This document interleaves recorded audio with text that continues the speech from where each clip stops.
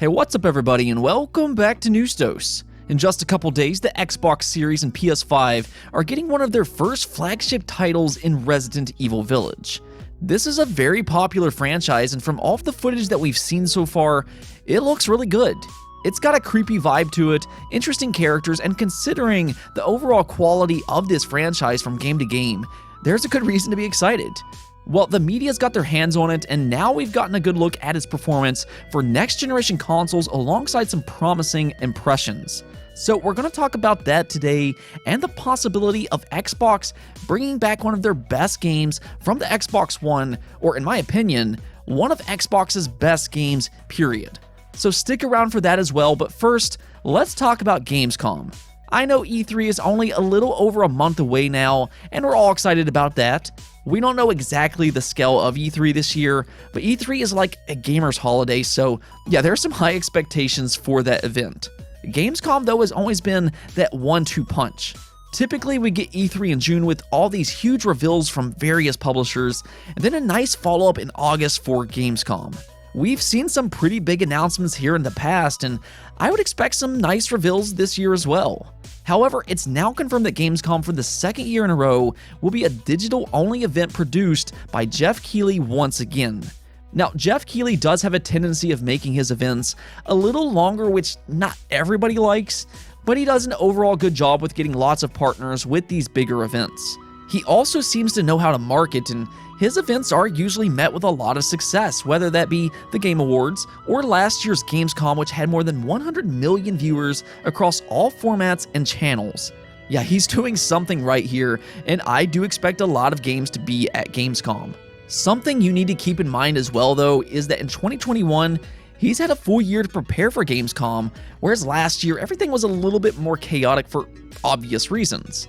So with that in mind, Gamescom is definitely worth paying attention to when the stream goes live on August 25th.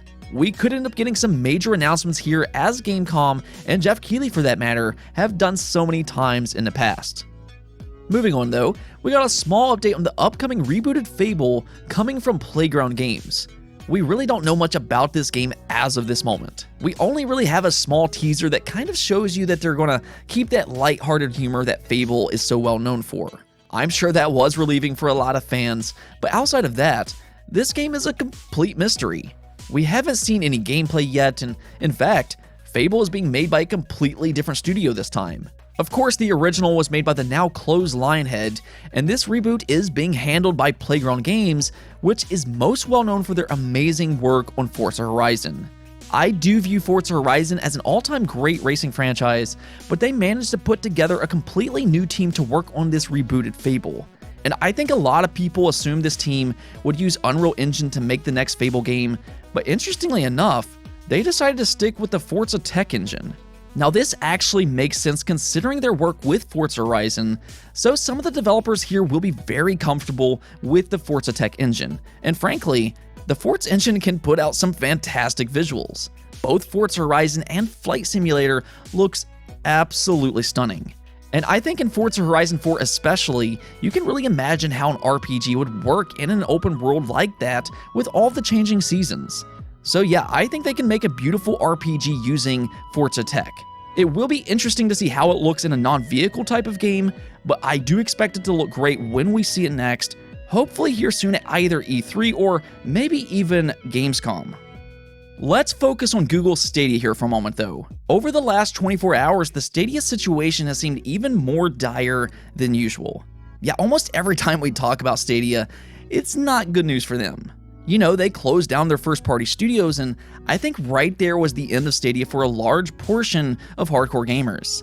I know Google says that they're still committed to Stadia and everything, but they've really soured their relationship with gamers, and truthfully, I can't imagine developers trust them too much after all that as well.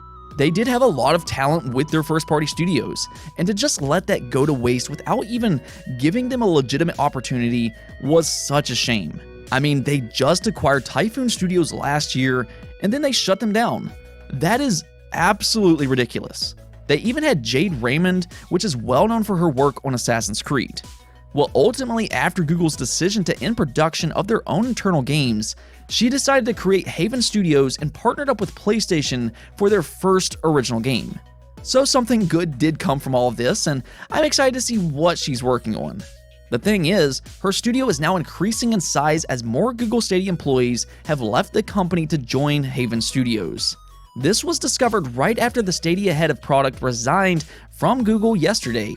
So it's been a rough 24 hours for Stadia, but at the same time, it does look like Haven Studios is acquiring more talent, and I'm going to take that as good news. I'm really hoping Haven Studios shows out with their next game. Next up though, one of the most highly anticipated games for 2021 is Resident Evil Village. This game has looked absolutely superb pretty much from the moment we first saw it. I know a lot of people like the vampire ladies, but it's much more than just that. It's got a creepy vibe to it, the gameplay looks and feels excellent based off the demos, and it just sounds like it's going to be another high-quality Resident Evil experience. Well, the wait is almost over as Village releases on May 7th, and that means reviews and performance impressions are inbound. Yeah, and everything seems to be good so far. On Metacritic, it sits at an 84 overall score, putting it in line with recent Resident Evil games. Really, Capcom has been on fire in recent years, as this is yet another good game coming from Capcom. Now, from what I've seen from the reviews, it seems like most of the game is really scary, though the last portion is a little bit more action-oriented. From recent Capcom comments, they did say that they were trying to balance out the terror more in Village, so there does look to be a shift as the game progresses. Not everybody's going to like that, but nonetheless, Village is getting high marks, and this could be one of the first real great next-generation experiences. I mean, if you haven't noticed, in recent years, the Resident Evil games have been visual showcases, and Village will be the first time we see the RE engine on next-generation hardware. Well, both Digital Foundry and El Analista de Bits put out some video on performance, and the good news is that Village runs excellent on the Xbox Series X and the PS5.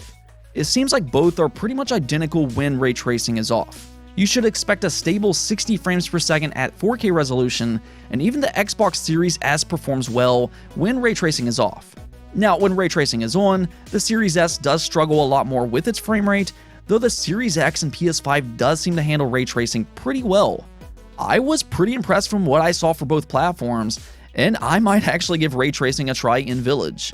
Usually I focus on performance, but here it does seem to be handled pretty well. From the videos that I saw, Xbox Series X does handle ray tracing the best with unlocked frame rate that tends to hover around 60 FPS. If you have variable refresh rate, that would be a great route to take. The PS5 does dip a little bit more, though nothing too major, and it still hovers around 60 FPS while using ray tracing. If you don't mind a little more unstable frame rate, you can give ray tracing a go.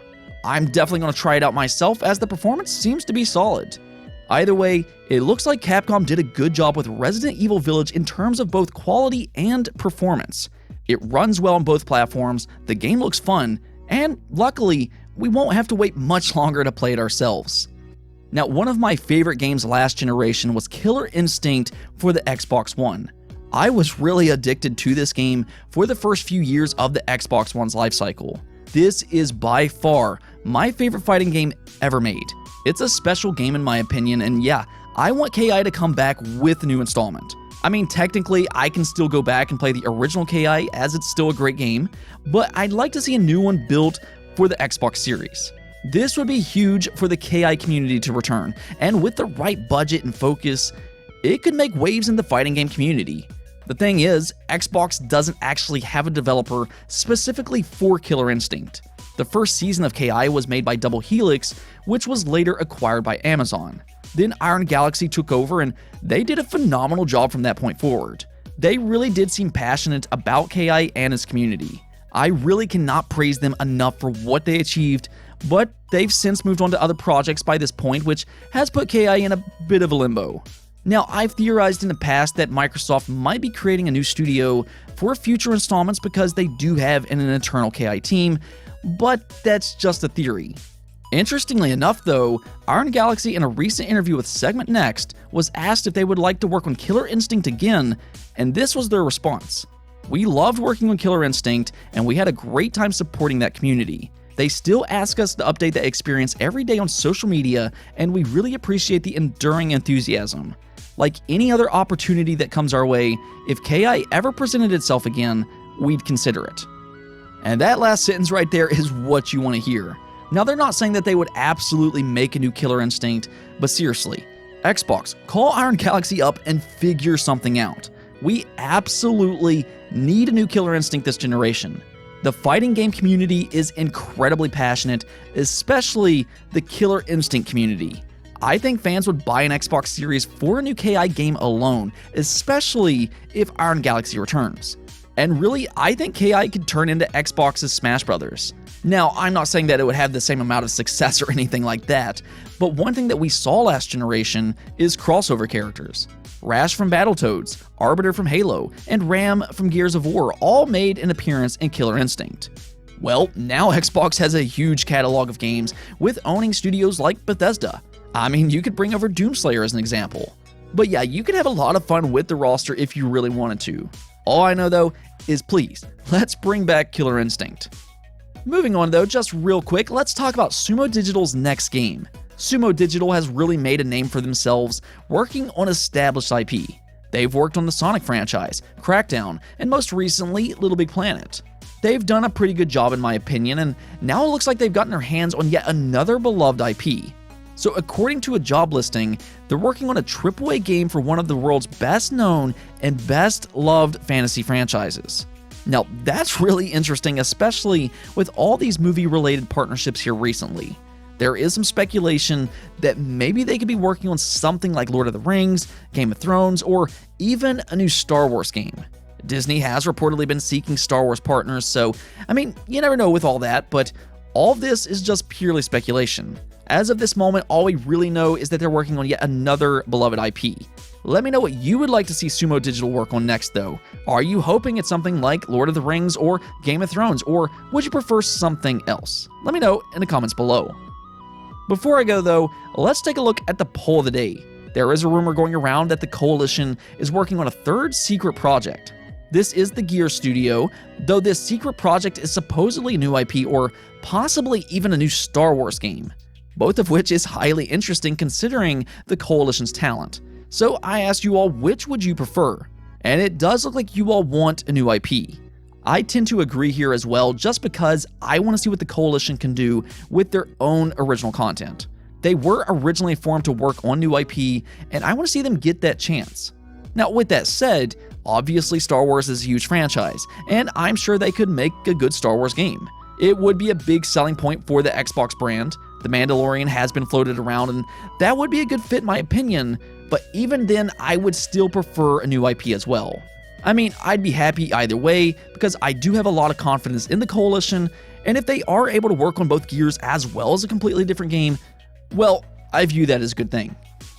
Anyways though, that's it for this episode, but if you liked the video, don't forget the bell notification and subscribe button for more content just like this. Also, if you'd like to support the channel through Patreon, thank you for making this content possible. Peace out.